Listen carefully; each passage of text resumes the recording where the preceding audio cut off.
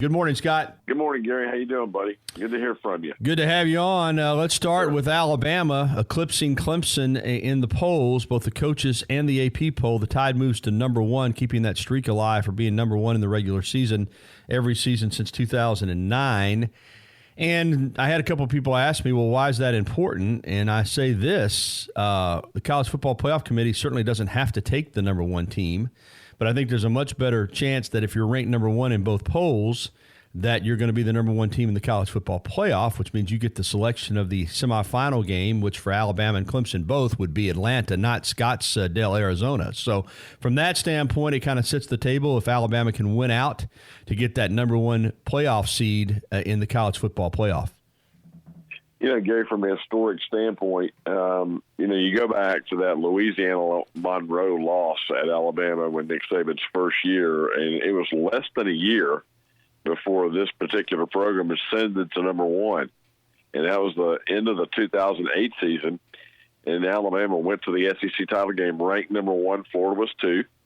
And then bam. And you think, okay, you lose that ball game and you think, man, you had all these opportunities. You never know when you can get back. And Gary, it's an amazing run. 12 years later, you're still ranked number one in the country at some point. The previous long was Miami, doing it 6 years. And we are in a day and age now where we always talk about the four best teams. It's almost like NASCAR in a pole position situation. You have a little bit more margin of error the higher ranked you are. Mm-hmm. And so this is historical and significant, but it's also a very, very good pole position place to be. I think a lot of people like the fact that the Tide didn't start number one. There's a lot of pressure that goes with it. Clemson's having to learn how to do that. They've won a couple of national titles. But Gary, we all know it's very difficult to play as the number one team in the country in any sport because everybody's after you. And so Bama's kind of used to this, and Clemson just not to say that they're not going to be there in the end, but right now they're not the number one team in the country. But there are 4 or 5 other teams too, Gary, that have played extremely well so far this season that you could probably say, yeah, they're probably worthy of a number one ranking too. So I think it's historical, it's significant because of the amount of years they've done it. And but right now it's a good situation to be in for Alabama. Yeah, it'll all sort itself out, but there's no doubt right now I think this is a great place for college football to be in. 5 weeks into the season, the top 8 teams are all undefeated. All really good teams. You got Florida at 10. They're undefeated. Of course, Florida and Auburn play Saturday, so they'll take care of one of them. Notre Dame's still in the top 10 with a loss, but that loss was at third-ranked Georgia. But it looks good. It looks to me like there are more contenders for the playoffs, Scott, this year than there have been the last couple of seasons. I see more. Now, there's a lot of bad teams around the country, but I see more quality teams this year, and I don't see a dominant team. I mean, I don't look at and I picked Alabama to go 15-0, and I think you may have as well, but I don't look at Alabama and say, you know what, they're unbeatable. I don't see that at all. In fact, I look at the schedule, and I think LSU and Auburn are both capable of beating Alabama potentially. But I say the same for Clemson, Georgia, Ohio State, LSU, Oklahoma, Auburn, Wisconsin. I don't see an unbeatable team, but I see a lot of really good teams. You agree with that? Yeah, there are. There's a lot of really good teams. If you ask me right now, the first month of the season, I would say Ohio State. Offensively and defensively, we know about their talent level. We've talked about them a lot this summer, and we'll find out when they play Wisconsin that they're going to probably have to beat the Badgers twice to get to the playoff. But they're a very complete team because they're so good on defense. They probably got the nation's best defensive player in Chase Young. So yeah, he's dumb. Ohio State is really good. And then you start looking around at other teams. This conference here, particularly in the SEC West, is loaded. Then you got Georgia, and I think we're going to be talking about Missouri in the SEC before this thing is over too. So good thing about this league, it's going to work itself out because there are so many head-to-head matchups. But, man, you're right, Gary. There's 4 or 5 teams out there that right now conceivably and potentially go win the national championship. Yeah, you mentioned Chase Young. You're right. I tell you, that guy, a lot of SEC people don't get to watch football around the country, but you talk about a dominant defensive player. Sure is. Woo. And he is something special out of DeMatha there in the D.C., Baltimore area. All right, let's get to what we saw Saturday from Alabama. And first of all, the good, obviously, was the offense again to a fantastic 26 of 36. You knew it was just a matter of time before he got 6 touchdown passes. He was going to do it. It was just when would he play long enough for it to happen. It happened Saturday. Accounted for 7. Devontae Smith, 5 touchdown receptions. That's never been done. So the offense, 573 yards on 67 plays. Didn't turn it over. There's really not much you can say. But the nitpicking begins with the defense. And listen, Scott, some of this is just, and I even do it. I sit here on the radio and I say, you can't look at defense the same way you've done it in the past. But Alabama fans just they quiver when they see a team get 476 yards, run 88 plays, score 31 points. It doesn't matter that the game was never in doubt. It doesn't matter that last touchdown should have never happened if John Mechie catch a 5-yard slant pattern from Mac Jones that hits him right in the hands. It doesn't matter that the quarterback had ran around and it took a while for Alabama to figure out that they were just running quarterback draws with him. None of that matters. Alabama fans see 31 points, 476 yards, and it makes them uncomfortable. Your take on what you saw from the defense this past Saturday? Well, I will say this, Gary, and this is not an excuse, but I certainly believe it's a factor. I can't remember, unless you go way back in the 70s when, and even then, football started later. It didn't really start until mid-September. I can't remember 3 hotter games in a row than what we've seen at Bryant-Denny Stadium, or really 2 weeks ago up at Williams-Brice, a week ago at 11 a.m., and then Saturday at 2:30. I've never seen this kind of heat. It's record heat that you're having to play in. And, yeah, I understand the other team's got to play in it too. But when you're scoring the way this team is scoring, and it's quick. I mean, bam, it's 3 plays, 80 yards, 4 plays, 90 yards. And we touched on this last week. Gary, by the time this team's gotten to the fourth quarter, and Ole Miss too, you're gassed on defense. The heat is absolutely ridiculous, and this team's had to play in some of the worst conditions I've seen an Alabama team have to play in over a 3-week period. It wears you out, and I think this team is tired, and rightfully so. And that doesn't get talked about enough. I mean, we're not in the days of Woody Hayes anymore, where water's a bad thing. Okay, this heat has got to be factored into this situation. And also, when you get up 45-10 or you're up 52-17 in the fourth quarter, I know everybody's taught to play to the whistle blows and play the next play and don't pay attention to the scoreboard. But when you've been out there in that heat and it's 98.5 degrees and there's a shade on the field and you're worn out, you tend not to play with the same intensity that you played before. And I think this team needs a week off.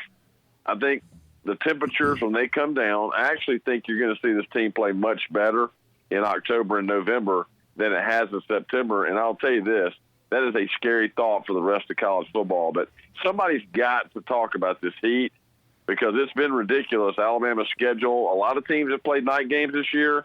Alabama hasn't played not one game. And believe me, that helps a tremendous amount when you got youth, when you got people learning positions, all that kind of stuff. But playing in this heat, Gary, has got to be a factor. And I really believe they're not saying it, but I believe that's a big factor with teams scoring points. And you just mentioned another thing, too.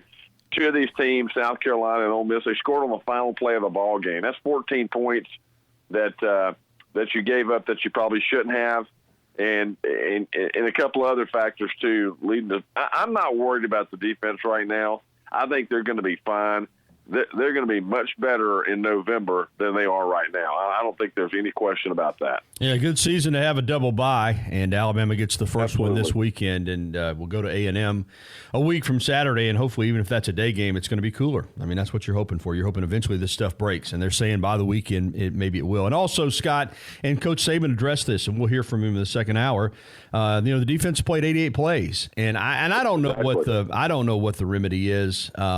he said that, it's not just about scoring points, it's being able to control the ball. But again, if Judy or Ruggs or Smith break into the open, I don't think you can ask them to fall down at the 5-yard line or take a knee to run a couple more plays. They're going to score. I think what he's saying is later in the game, you'd like to be able to run the ball. Or in the case of Saturday, you go for it on fourth down. And in fairness to Mac Jones, he hits John Mechie right in the chest with a slant. And he's got to catch that ball. I'm sorry. I don't care if he's a freshman. I don't care what the scenario is. If you're going to play wide receiver in this league, you catch that ball, then the defense doesn't go back out there. Then they don't give up 75 more yards, and they don't give up a touchdown. So I think that's what Saban's referring to, Scott, is you got to control the football down the stretch to keep your defense off the field. He said last night in his television show, he said, listen, we don't care who's out there.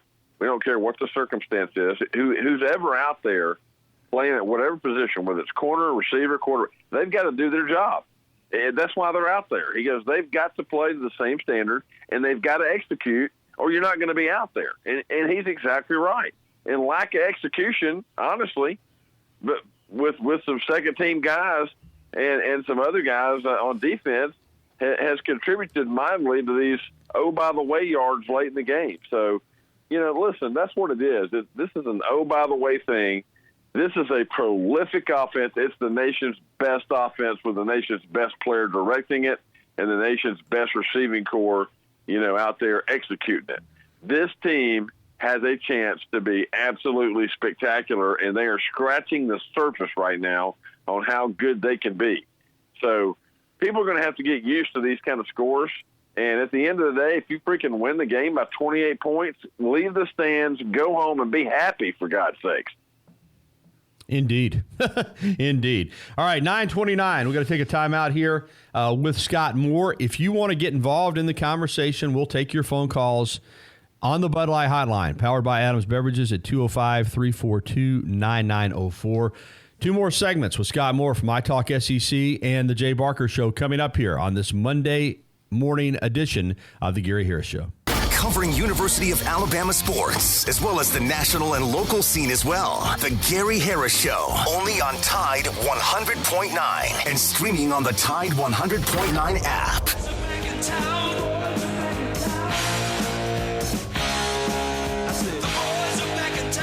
Oh, yeah, a little Thin Lizzy, man. It brings back some memories. The boys are back in town. Off the Jailbreak album. Scott Moore is with us. You remember that one pretty well, I bet, Scott. Oh, yeah, man. Absolutely. I love that. I love that kind of music, man. It's fantastic. It's some rock and roll. Talking college football with Scott Moore from iTalkSEC Radio on the Jay Barker Show. We've just discussed Alabama's defense. And we look ahead now, and as you said, you think this is a great time to have a bye with the first 5 games being played the Duke game was in Mercedes-Benz Stadium, but outside of that, they've all been played in intense heat. Now Alabama kind of gets to hit the reset button. Let's talk about the kicking game because hopefully Reichard will be back soon, not just for place kicking, but the possibility of doing the punting. How concerned are you about Skylar Long as a punter? It's just not. I don't know anything about punting, but it just doesn't seem to be happening for him, does it? Well, we've talked about this before in terms of, it's kind of like a golfer's mentality. And, Gary, when your swing goes south, it's hard to get it back. Okay. I don't think he's punting with any confidence at all. I watched him a lot in the pregame, and having kicked and been around kickers a long time. I think it's a mental thing for him. I really do. He looks very apprehensive when he goes on the field to kick a ball, and it's baffling. So I don't think he's got any confidence kicking the ball right now. And you can almost tell when he goes out there, it's like, I hope I can get this thing off. And he's, I think, shanked 2 of the last 3 punts he's had. And he's not getting any kind of power on the ball at all. The drop doesn't look good to me either. And so, and this goes back to the pregame. How you kick in the pregame has a lot to do with how you're going to kick during the ball game as well. So, overall, I was pretty disappointed with the way the special teams played Saturday, except for maybe a nice return, obviously that 17 had. But the kicking game's got a ways to go, and at least Bulovas was able to make the extra points. But again, the doink the doink god came back. Yeah, again. let me ask you about that, Scott, because and this is just more just a kind of a tongue-in-cheek type of thing. I'm having a laugh. It seems to me that it would be harder to hit the upright than anything else. You make it, you can miss it, but to hit the upright as many times, I don't. I watch most games. I never see the upright hit. You watch Alabama play football, you can count on an upright getting doinked. How many times it already happened this year? 3 or 4 times. It's remarkable to me how many times Alabama kickers hit the upright when that thing's not, what is it, in 10 inches around, maybe total. It just, you just have to chuckle. And Gary, they've missed 100 extra points in the Nick Saban era in Alabama. That many? 100. I didn't realize it was that many. Wow. Yes, it was 98 in the Duke game, and they missed 2 since. So that's got to be some kind of dubious record that you'll never want to hear about. But listen, I think Will Reichert, when he comes back, is going to help tremendously. Again, he's a guy that can do a lot of things. Bulovis kicking off. He's got to kick off a lot. I thought he kicked the ball well when he kicked off, and you've got to kick off a truckload now. But really, the way the games are, the rules are now, I mean, you can fair catch the ball if you're inside the 15 or 20. So kicking out of the end zone or just getting it down there now, most teams are going to take most teams want to start on the 25-yard line against Alabama. They don't want to really take a chance of running it back unless you got a real special returner back there. So the kicking off is not really an issue, but this accuracy on extra points and field goals inside the 30-yard line, you got to make those. You just have to, and hopefully Will Reichert will have another week to get ready.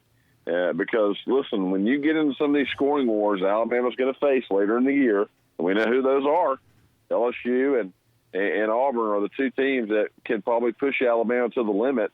You're going to need every point you can get, every single point. And you've got to be able to make a field goal and extra points when it comes down to little things like that. Little things like that, Gary, may be the difference between winning an SEC title and being left at home in the playoffs. And you heard it from Saban postgame, Scott. I mean, again, we're going to play his comments coming up in the second hour, but and again, Jalen Waddle is a fabulous returner, one of the best in the country. But you could tell Nick Saban was not pleased at all, and he made the point that you got to catch the ball. That's the most important thing. Possession of the ball on a punt's the most important thing. That's one of the most devastating turnovers in football is to fumble a kick return or a punt return because you're going to fumble it way deep in your own area most of the time and give the other team ball back. And hang on, let me finish, Scott, and I'll let you chime in on this. And as good as Waddle is, that was a big play in the game. You're up 7-0. You had just blitzed Ole Miss on your first possession. You're about to get the ball back. Good chance you're going to go up 14-0, and the game might be over then. But instead, he fumbles the punt, muffed it, never got control of it. Ole Miss scores, and all of a sudden, they got a little momentum. And I don't care how good you are as returner, Scott, you got to catch the football. And Saban made that clear after the game. That's the most important thing. Possession of the ball when the other team punts it to you is more important than a big return. Gary, listen, to piggyback on what you're saying there, I think Jalen Waddle is pressing a bit. They've tried to get him more involved in the offense, but he's the one guy right now we keep. Everybody else has had their big moments. All 3 of the main receivers have had their days. Ruggs had his day. Obviously, Jerry Jeudy's going to have more big days, and Devontae Smith had a career game. And I think Jalen is pressing a little bit, particularly on kick returns, because he's not getting as many opportunities right now. And that's not a bad thing. It's hard to be a patient player when you got as much talent as Jalen Waddle does. But there's one football right now, and when people are getting opportunities, they're taking it to the house. So you end the drive, there goes the opportunities to stay on the field. So when Jalen's going out there, he's going out there, and I thought that was a little bit of pressing on that play, not concentrating, not catching the ball. And Jalen's a great player. He's going to have a big day, several of them, before this year's out. He's too talented. But I think he was pressing a little bit Saturday, and I think it really showed. And hopefully he can just be a little bit more patient because his time's coming to this offense too. Scott Moore with us here from iTalkSEC and the Jay Barker Show. We've recapped the Alabama game. We got to move on, and we'll get to some other topics. If you want to join in, you can call the Bud Light hotline at 205-342-9904. You already said that you think the bye week's coming at a good time. I want you to react to what I said earlier, in that this, in my opinion, is a 2-game regular season for Alabama. I don't see anybody, obviously nobody on the schedule so far has come close. I don't see anybody on the schedule from here on out that has a chance to beat Alabama other than LSU and Auburn. Now, having said that, I think both those teams, if they play well, are good enough to beat Alabama. You agree with that, or you think maybe A&M still looms, or Tennessee, Arkansas, or somebody else that could possibly do it, or is it just LSU and Auburn? No, we got to be honest. When we're being objective, looking at the schedule, and it's going to take, first of all, it's going to take a prolific offense to even have an opportunity at all to beat this team. And I mean prolific. Somebody's going to have to score, I think, 45 or 50 points to beat them, because I haven't seen a defense yet in this conference or anywhere else that can slow Alabama down for 60 minutes. You cannot guard these receivers. Now, does that mean Tua goes out and has a bad day, you fumble, and offenses always have typically a couple of bad games, and so you need your defense to carry you on days like that. So, but I think going forward, Arkansas doesn't have the firepower. Certainly, A&M doesn't on offense or defense. They don't have the physicality to match up with Alabama, and Tennessee is just dreadful. And that's going to be another beat down for the 13th straight year in a row. There's not anything Tennessee can do about that. But LSU's got the athletes offensively and defensively. But I will say this, Gary, I think the matchup for Alabama in that game is really, really good. Alabama's secondary going against what LSU's wide receivers. I do not think right now LSU's got the defense or the secondary to cover Alabama's receivers. I mean, Bama put up 29 last year, and probably could double that number this year. So long way off. That is a big game. And LSU's got a couple of challenges before. I mean, LSU's still got to play Florida, and they've still got to play Auburn, but they get both of those games at home. So LSU's going to be pretty battle tested by the time they play the Crimson Tide. But and then Auburn at Auburn, hey, we all know what that's like. So. But you're right. Two game schedule on teams that can really stand up toe to toe. Alabama, LSU at home, and then of course on the road at Jordan-Hare. All right, we're going to take our final break here. When we come back, we're going to break down Auburn's dominant win over Mississippi State. I think they went from good to next level on Saturday night, and Bo Nix, everybody had been looking at. I said don't look at his stats. The kid's a winner. Well, you wanted him to put up stats. He did it on Saturday night. He joined that elite status in terms of that type of game that only the elite quarterbacks can produce. He was flawless against the Bulldogs. And we'll also talk more about LSU, and we'll throw Clemson in there as well. They had a scare against North Carolina. We'll do that with Scott Moore from iTalkSEC Radio on the Jay Barker Show. One more segment here this morning on Tide 100.9 FM. Your home for Alabama Crimson Tide football. Tide 100.9 and streaming on the Tide 100.9 app.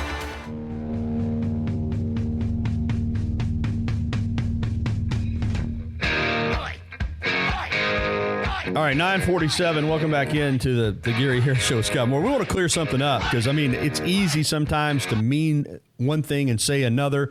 And I knew what Scott meant when he said that, but I just didn't want to say anything on the air. But because he was talking about Bullvis having Doink went off the upright again on Saturday. Scott, I'm going to make this clear because we're getting a lot of reaction. Alabama has missed a lot, probably more than anybody else, but they have not missed 100 points, extra points in the Nick Saban era. It's field goals, right? Correct, field goals. They had 98 going into the Duke game, I believe, and I think that this puts them right at 100 or maybe past. But yeah, it's 100 field goals in a 13-year period. Yeah, that's a lot. That's a lot of field goals. Oh yeah, it is, and they probably missed more. I think they missed 9 extra points last year, which was more than the rest of the SEC combined. Yeah. So they probably missed more extra points on average than anybody else. But yeah, I just want to make sure, because even by Alabama kicking standards, 100 extra points in 12+ seasons would be a lot. So let's just make sure we're clear on that. It's 100 missed field goals during the Saban era. So I saw a lot of people tweeting that out, and I just wanted to correct that. Hey, let's get to Auburn because I know going into the season, there people were all over the place on this team.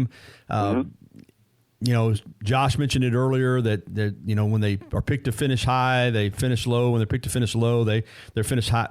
Finish high. I think maybe that's a little overplayed, but nonetheless, I don't think there's any doubt right now. And again, this doesn't mean they're going to beat Alabama. It doesn't mean they're going to beat Florida Saturday. They got to play Florida, Alabama, LSU, and Georgia, which is a murderer's row. Nobody else in the country. Let's be clear on this. I said this Friday. If Auburn wins this league or wins the West against Atlanta, you got to tip your hat to them. They will have earned it. But I don't think there's any denying at this point, Scott, this is a good football team now. This is a good football team. It is, and it's because their wide receivers are now, they're all healthy. Force is back. Eli Stove looks healthy. Will Hastings looks healthy. They've had a couple of younger guys develop that we didn't even know about when the year started. And, listen, Doobie Whitlow said in the summer, he goes, listen, we got more weapons than everybody thinks. And you'll see that as the season comes on. But I think Auburn's overall help from the offense has helped tremendously. And now Bo Nix has gotten better every week and continues to grow up before our eyes. So this will be interesting, though. Going down to the Swamp, and I mentioned this before, nobody in Auburn's football building has played a game in the Swamp in Gainesville. Nobody. There's not anybody on the staff there. I don't think there's anybody on the team there that's ever played a game there. And it will be crazy down there. The Swamp, when they got a lot to yell for and get excited about. It's one of the most difficult places to play in college football. The crowd is right on top of you down there. So this will be Auburn's biggest challenge of the year. Not Oregon, certainly not at Texas A&M. Going down in that environment is going to be something else. But I look at this game, though, Gary. I don't know if Florida's got enough offense or not to beat Auburn. So. It's a challenge, but it even gets tougher after that. Going to Baton Rouge, having Georgia, and having Alabama. But Auburn's put themselves in position much better so than they did 2 years ago when they were so good at the end of the year. They had 2 losses going into the Georgia game. So a win Saturday for Auburn down in Gainesville is really going to put them in good situation moving forward. They got to like where they're going to be if they can go to the Swamp and take care of business. All right, everybody has been saying, I say everybody is a general term, a lot of people had been referring to Bo Nix and saying, well, Auburn's winning, but he's not putting up any stats. I never worried about that. The kid's a winner. Anybody that I think that watches football objectively can see that he can play. Well, for those that said, well, he only threw for 100 yards, he only threw for 99 yards, his completion rate's 50%, he ain't any good. Well, are you happy now? He went 16 to 21 for 335 yards, 2 touchdowns. He ran the ball 7 times for 56 yards and a touchdown. And listen, Alabama fans, the kid can play. All right. Yeah, again, I'm not saying Alabama's not going to win the game. I'm not going to. But to sit there and try to say he's not a good quarterback, it's just you're letting your bias overwhelm you. He's a good quarterback. He has a chance to be a great quarterback, and now he's put up the kind of stats that we associate with Tua Tagovailoa, Justin Fields, Joe Burrow, and Jalen Hurts, and that he put up huge numbers Saturday night against an SEC defense. He did, and he played very, very well. Another thing about Bo, too, that I think it helps, he's 20 years old. He's a little bit more mature of a freshman than most kids are, and it shows. It shows tremendously. It shows up in the huddle. It shows up in execution of the offense. He's playing very, very confident. He's starting to play fast. Against Oregon, he was doing a lot of thinking on the run out there, on the go. Now he's more reactive to what the defense is giving him. And listen, Gus Malzahn is at his best when he's play calling, and he is in rhythm right now as a play caller. And when he gets in rhythm, Auburn is at its best, Gary. And so the pupil and the coach have a lot to do with the success of that offense. And right now they're on the same page, and everything is clicking for them. And they are getting better and better and better. Matter of fact, I think they're. LSU's thrown for a lot of yards, but Auburn, to me, right now is a more complete team than LSU is. That's why I would have them a little bit higher than LSU right now. All right, let's get to what we saw from Clemson on Saturday. And Mark Burnett was next to me in the press box, and he had that game up, Clemson, North Carolina, on his laptop, and we were watching it. North Carolina could have won that game, and the big decision to go for 2 by Mac, I have no problems with the decision. I'll tell you why, Scott. I think, in that situation, if it gets to overtime, I still favor Clemson to win the game, even though it's at home. Sure. You had 41 seconds left. You still had a chance to get an onside kick, which they probably should have gotten. The ball got tipped up into the air, and you still could have got the ball back. And even if you tie the game there's no guarantee that Clemson won't come back and kick a field goal to beat you anyway. My problem was with the play call. I just think an option there into the boundary was just a tough play. I always, and again, I know it doesn't work every time, but I like to play where the tight end on the right side, you roll right, he kind of slides past the line of scrimmage and goes back to the left. It seems like it's never covered to me. But what'd you think of the game? What'd you think of Mac's decision to go for 2? And clearly this impacted Clemson as they fall from number 1 to number 2 in the polls and got by because they could have easily lost that game. You know, it's interesting. Mac Brown said earlier this year, he said, listen, we think we can beat Clemson. He said in the ACC media days, hey, we think we can beat them. We're not interested in winning 5 years from now. We want to win now. And, listen, I know what Mac Brown's doing. He's a dang good football coach. He's won a national title and played for another one. So this guy knows what he's doing. Listen, the physicality for Clemson is a problem right now. But to really piggyback on the decision, look, you are at home. I mean, you can go both ways on this thing, but you are at home. You're just driven down there. You have them tired out. And Mac Brown said, listen, we felt like that we had them in a spot where we could get it right there. We just didn't execute the play. But he said, they're deeper, they're bigger, they're stronger, they're more physical than us. And he has one play to win the game. And he goes, I'd have done it again if we had 10 other decisions to make like that. So, but what Mac Brown's done at North Carolina has got to be a phenomenal coaching job. I know they lost to Appy State last week, but getting back to Clemson right now, this is a team I think that's struggling a little bit with entitlement. They got guys at the wide receiving core right now. There's a little bickering going on up there. This is a very youthful team on defense and on offense. They got a lot of great talent, but Gary, they got a lot of sophomores playing in key spots on that team right now. And honestly, their schedule, they got, one ranked team left on the schedule. That'd be Wake Forest. So, and I think Florida State, the way they're playing now, could push them in a couple of weeks. We'll see. But they're kind of going through a situation where they just don't have anything to really get excited about during their regular season. And Gary, quite frankly, this might not be the first time they get pushed to the limit this year. I don't know who's going to do it, but it wouldn't surprise me the way they're playing right now and their mentality that they drop a game along the way. Very, very hard to play at that level for such a long time. All right, real quickly. LSU's coming off bye. Obviously, they get Utah State, but then they host Florida. They go to Mississippi State and host Auburn before their second bye week before the game in November 9th at Alabama. Do you think LSU comes into Tuscaloosa undefeated on the 9th? I do. I don't think Florida or Auburn can win in the Swamp. I mean, I went down in Baton Rouge. Auburn hadn't won there in 20 years. And LSU is going to be really, really difficult in Tiger Stadium, especially with this kind of momentum. So, yeah, I fully expect LSU to run the table, get the Tuscaloosa unbeaten. I expect Alabama to do the same, and there you go. All of a sudden, bam, we got another game of the century in Tuscaloosa.